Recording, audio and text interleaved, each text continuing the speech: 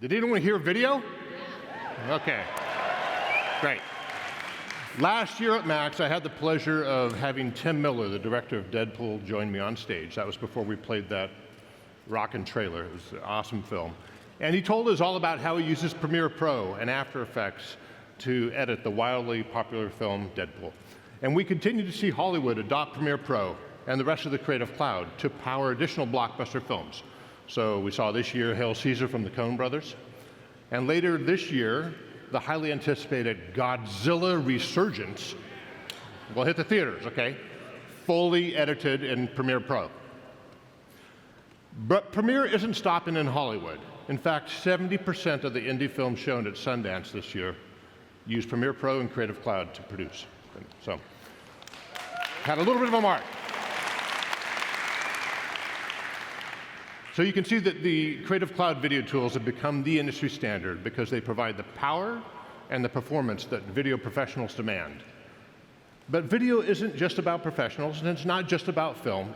Video is quickly emerging as a dominant format, a vital medium for designers, whether it be for marketing or putting training on a website or for creating a vlog, and I just learned that word a couple weeks ago, for YouTube. Creative Cloud's video tools they deliver the power, they give you room to grow, and they allow all creators to tell their stories. What I'd like to do is invite one of our key stories. Oh, he's right here already. Jason Levine, take it away and tell us about video. Right.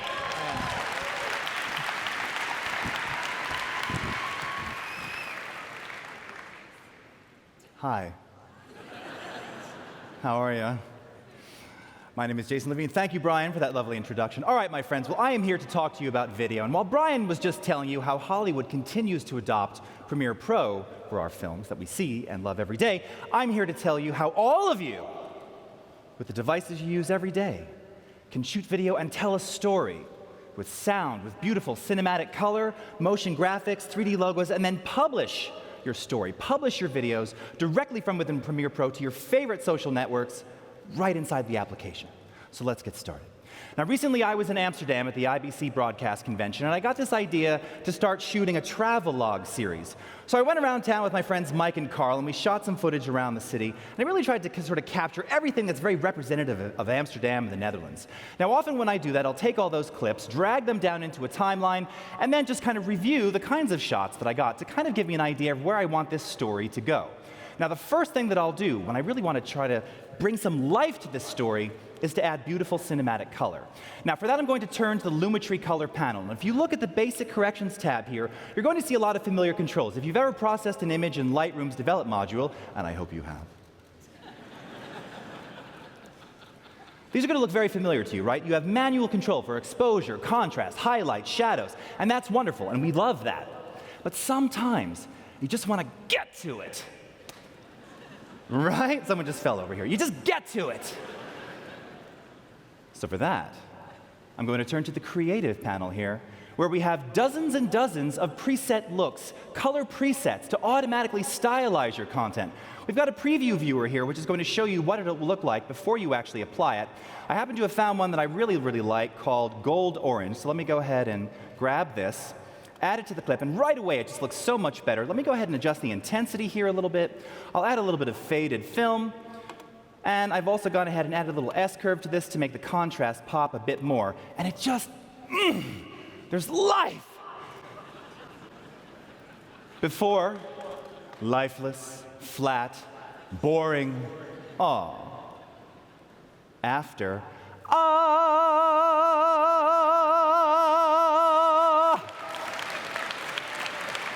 Lifeless, aw.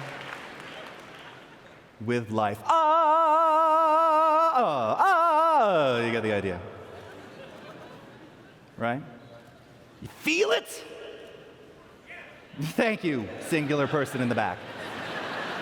11,000, just one guy. Yeah. All right. Now that's if you're trying to color correct the entire shot. Now this whole series of mine was filmed in one day. And naturally, you don't always get the shots looking the way you want them when you've only got one opportunity to capture. So in this case, I've got this shot here where I just didn't get the blue sky that I really wanted. And I really want to be able to correct just the blue sky.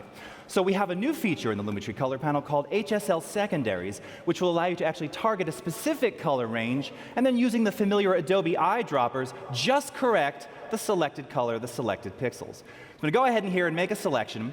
I'm going to turn on the mask, and when I do that, the area that you see there in blue represents the area that I will be able to color correct, and the area in white will not be affected. And I've got total control over hue, saturation, and luminance simply by making a slight adjustment here to the luminance slider. I'm going to bring back in some of that sky in the bottom left-hand corner. You see we're getting a little bit of the reflection in the glass there. That's totally cool, totally legit.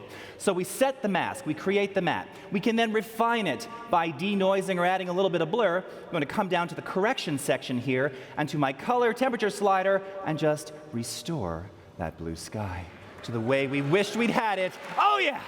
Oh! No! No! No! I don't know why I do that sometimes. It just... What I really wanted to tell you was that with uninterrupted preview in Premiere Pro, you can also sort of play this back and see the mask and see how it's affecting that clip as you go, right? So, color correction for the entire clip, color correction with HSL secondaries for a portion of the clip.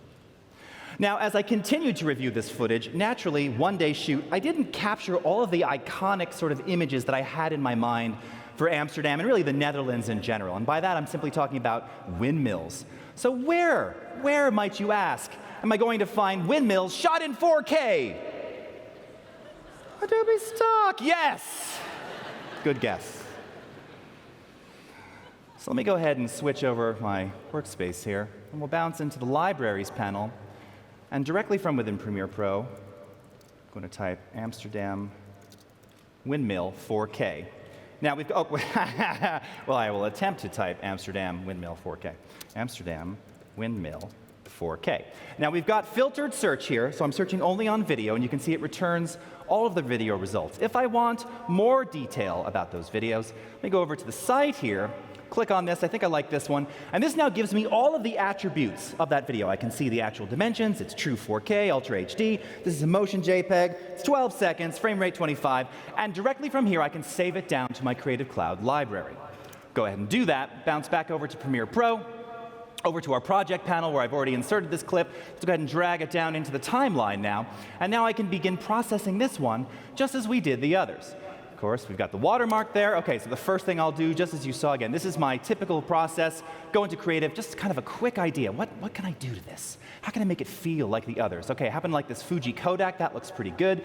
Again, a little bit of an adjustment on the intensity, a little bit of faded film, and then perhaps just a slight amount of vignetting, a little cinematic vignetting right there. Perfect. Now, at this point, if I like it and I want to actually license this, just as Brooke talked about earlier, what really differentiates Adobe Stock from everyone else is that you can license and continue working, and everything that you've done remains. So directly from the clip inside the timeline, I can right-click here, I can choose License. It begins downloading the full resolution 4K version in the background. The watermark will go away, the file swaps out, and all of the color changes that I've done remain, keeping me in the creative zone, allowing me to keep on working and keep telling that story quite brilliantly. Do we dig that?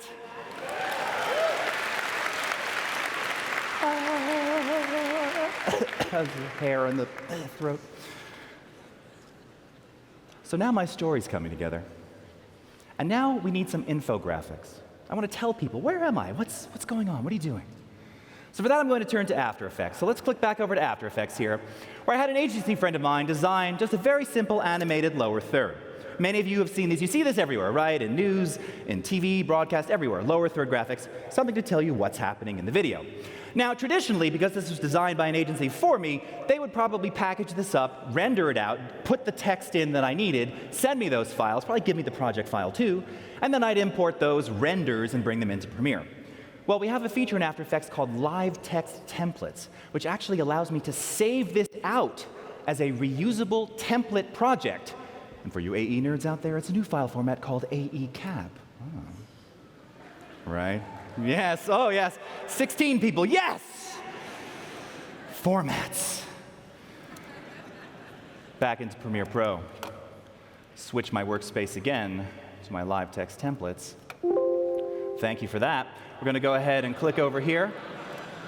Let's just Wind back a little bit. Oh, stealing my own thunder there. Now, welcome. Now, the name of my show, incidentally, is called Jace's Places. Took me a whole week to come up with that. No, 2 weeks, we might get to Jace's Travel Places. All right, and you can see the lower third graphic down there. I'm sorry, I have to pause on myself. There's no good still frame ever. All right, so when I double click on this, now you can actually see the live text template in Premiere's Source Monitor, and directly from within Premiere. I never have to go back to After Effects, and this is key. I can make changes on the canvas. So in fact, I will say Amsterdam, and for our title caption, this will be Live in the City. Okay? Woo! Wind it back, hit play, real time, rockin', done. Today we are in Amsterdam. All right, oh wait. I'm not done yet. No, I'm kind of done, actually. But what I was going to get at was, these are templates. You're going to use multiple versions of that template, right? So once again, I've got another one here, which I'm placing down on the left. This one represents where I was at Central Station. Once again, drag it down into the timeline. Go ahead and click play. And there we are once again, all right? So live text templates, packaged up from After Effects, brought into Premiere Pro, and these are fully editable at any time. This is not a render, okay? So you can always use the standard Adobe Edit Original to go back to After Effects, modify the original. Any change that you make there automatically updates in Premiere Pro. Are you feeling what I'm talking about? Super. Thank you. So now we have our story. We have our motion graphics, our infographics. Now I needed to start thinking about my title sequence. And I wanted probably something in 3D. So once again, I turned to a friend to start with a logo for me for Jace's Places. And you can see here we are in Illustrator, standard multi-layered Illustrator file. And one of the brilliant things really with Illustrator files and PSDs, these are native to After Effects, okay? So one of the first steps that I'll sort of take when I bring something like that into After Effects is to do a very basic sort of position, opacity, scale animation, just in 2D, just to kind of bring it to life just a little bit. So let's go ahead and click play on this. All right, scrub through it here, and you can kind of see how this looks. Now that's okay, it's flat. It needs more life. So one way to bring more life to a logo like this is to work in 3D.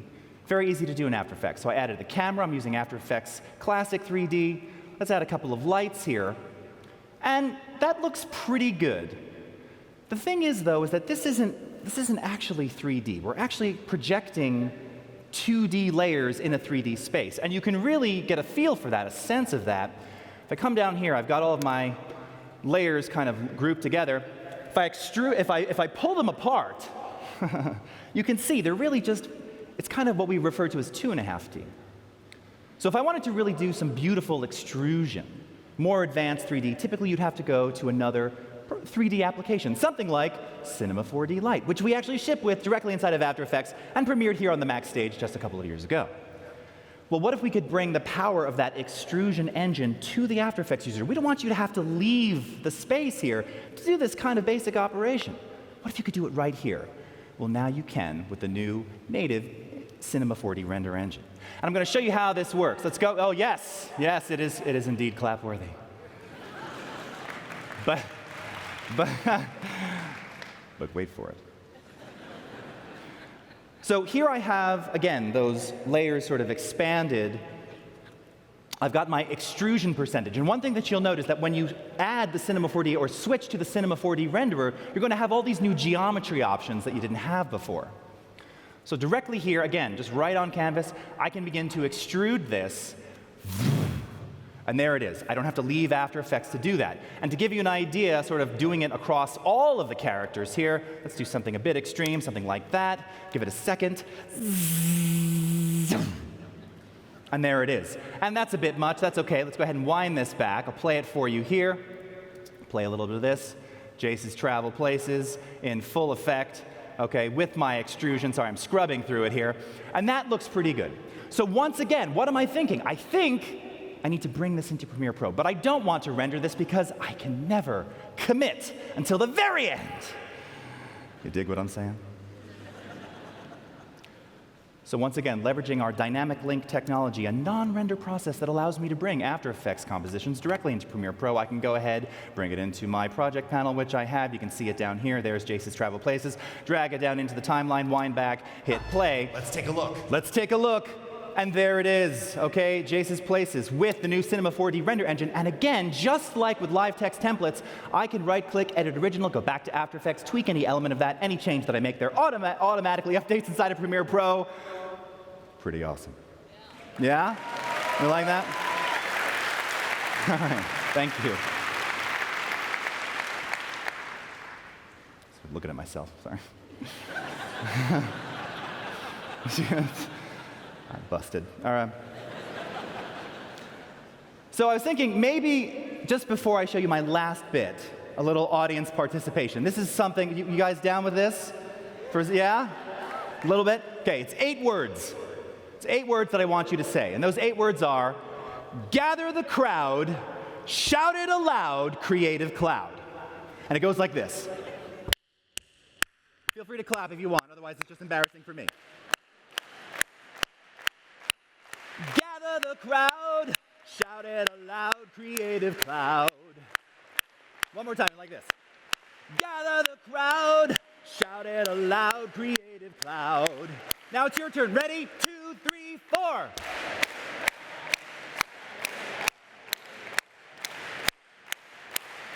That's pretty good. All right. Let's do it without the clapping. It's drowning out the voices. Gather the crowd, shout it aloud, Creative Cloud. 1, 2, 3, 4.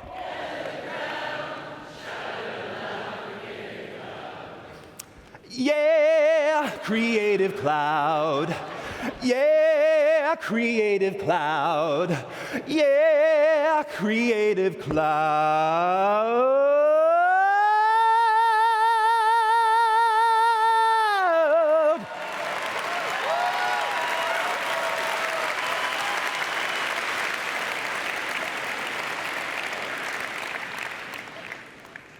Let's talk about social publishing.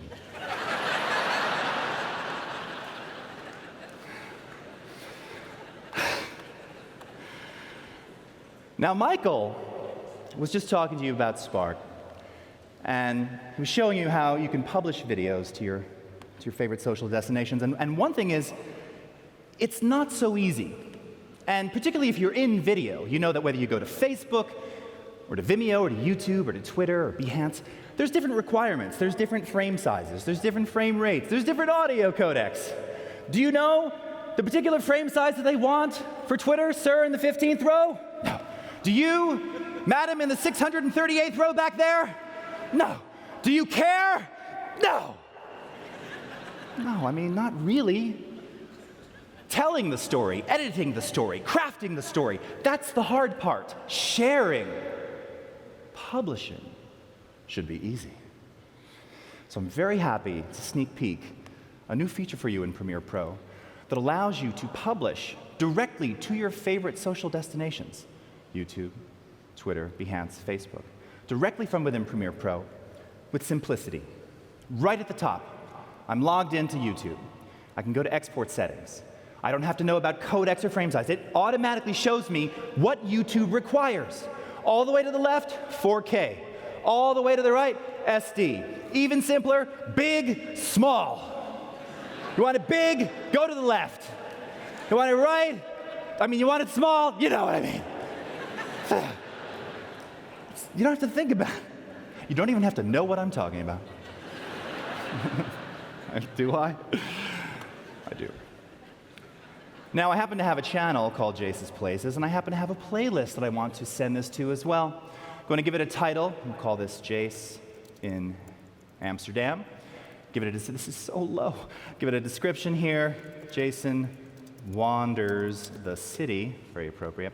You can set your category, but here's where this gets really interesting. Tags. Now, this is a travelogue series, which means I'm probably going to have a lot of tags that will get reused over and over again. So again, our wonderful engineers thought ahead. They said, okay, we need to be able to allow you to save tag presets, right? Perfect, you can do that right here. But where this gets really cool is that as you begin to publish content through the social publishing panel, it's going to start returning results for you as to what keywords really resonated with your viewers in an effort to grow your audience, to connect and engage further with your audience. So this is an invaluable piece of information here right inside the panel in Premiere Pro as you're publishing. You set your thumbnail, you publish now, and you're done. And if you want to make multiple renditions for YouTube, for Facebook, you can do that and publish them all directly from this new panel, right? Making it easy, taking away all the codec, the frame size, the frame rate, is it HD or is I don't know. Can I share my video with my friends? Yes, you can. So, we started with the device that we carry around every day. We shoot some video, we add beautiful cinematic color, HSL secondaries, live text templates for motion graphics, 3D animated logos, and then the ability to sing and share directly through the social publishing panel. And that is truly the promise of Creative Cloud, delivering continuous innovation, listening to what you, the community, wants, and bringing it right to you. Thank you very much.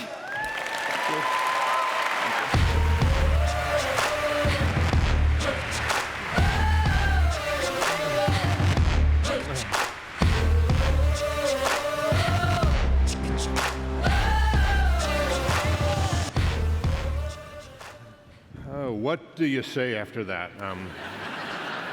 I'm always left speechless by Jason, and I know that's a phrase he doesn't even know the meaning of. Next year, we're going to constrain his demo to audio products. Wow. So simple but powerful controls, color controls. What do I say? More advanced 3D support, reusable live text templates, and a brand new publishing workflow to make publishing brain dead simple on social. A lot of great stuff there. And these are just a few of the new features making it easier. There's a lot more in the video products. So go check them out. There's a lot for studio pros. There's a lot of new functionality for designers, for YouTubers to tell your stories. It's all about clearly telling your stories. But you know, Jason, I think there's one thing, just one thing, that you forgot to mention. Adobe Character Animator. Adobe Character Animator has been one of the most popular new video tools that we've developed over the past few years. And Character Animator, for those of you who don't know, it lets you bring your characters to life using your own artwork and your own expressions. And it's being used more and more for live animation on broadcast television. For example, The Simpsons used Character Animator to broadcast their first ever live episode. And now I'd like to tell us more about The Simpsons' use of Character Animator and their focus on bringing animations to life. I'd like to invite Bart Simpson to the Mac stage. So. Here we are. Okay, great. Hello everyone. Hey, Bart. Thanks for joining us today. Oh, yeah, no problem. Hello, all you fine people. Let's say hello to Bart. Hey, anything that gets me out of school, Mr. Lampkin. Thank you. Yeah, I have to say it's really surprising to see you at a conference on creativity. Well, actually, I'm thinking of getting into e-pranks, catfishing. I mean, I'm not going to be 10 forever, you know. Bart, you can't do that. Haven't you read your T's and C's? Oh, yeah, I read them all. Loser. Now, your father, Homer, appeared on live TV via Adobe Character Animator software. Do you remember that? Well, yeah, but I heard the reason you invented it was because my dad was too fat for the green screen.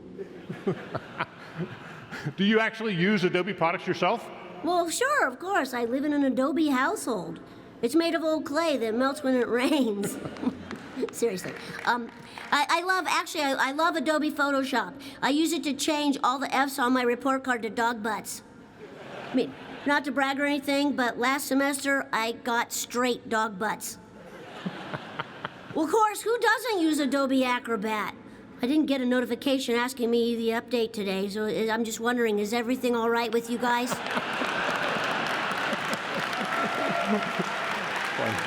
Bart, thank you. We're all alive and well here at Adobe. I'm just thrilled that you're here live today. In fact, I'd like you to take a moment to prove that this conversation is actually not pre-recorded. Oh, well, yeah, no problem. I mean, as of today, the Adobe stock is priced at... Uh-oh, it just dropped 5 points. But 10 points. No, actually, I'm just kidding. You guys are doing great. Best Adobe Creative Activity Conference ever. Goodbye, everybody! Thank you. So we've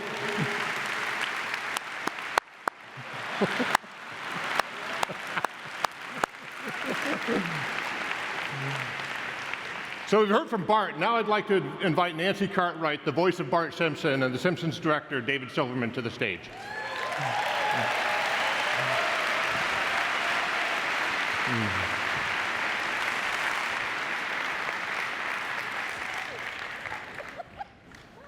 Takes him a while to become three-dimensional, so.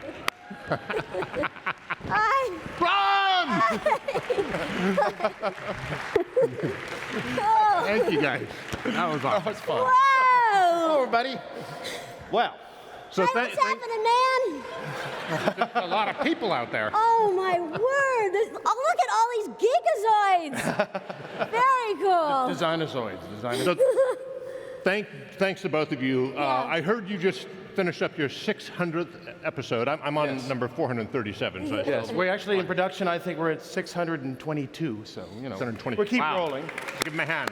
So, 622. I think we all want to thank you for keeping us entertained over the past several decades. Thank you. Thank you. That's a long time. How did you actually meet? Believe it or not, we met when we were students at UCLA. Back in 19, and